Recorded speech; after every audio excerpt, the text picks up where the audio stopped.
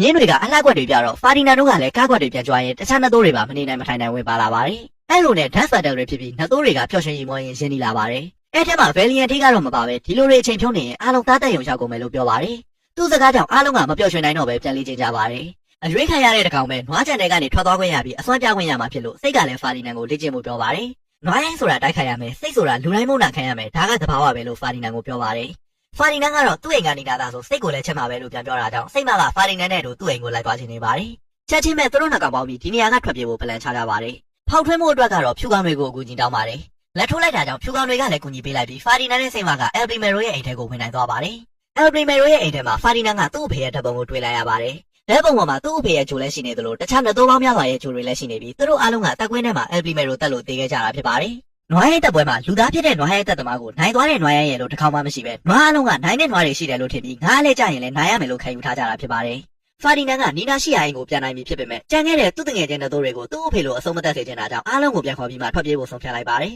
သူတို့ကအိတ်နေတဲ့သိုးတွေကိုပြန်ထုတ်ပြီးအဖြစ်မှန်တွေအားလုံးကိုပြောပြပါတယ်အားလုံးကမယုံကြပေမဲ့ဖြူတွေကတက်တဲ့အဖြစ်နှစ်သိုးဂျိုတစ်ချောင်းခိုးလာပါတယ် El Primero ရဲ့နေရာမှာဒီလိုဂျိုတွေအများကြီးရှိသေးကြောင်းဖာဒီနန်ကပြောပြပြီးနှစ်သိုးအကုန်လုံးကနွားသက်သမားကိုနိုင်တယ်ဆိုတာအထင်မှားနေတာသာဖြစ်ကြောင်းရှင်းပြပါတယ်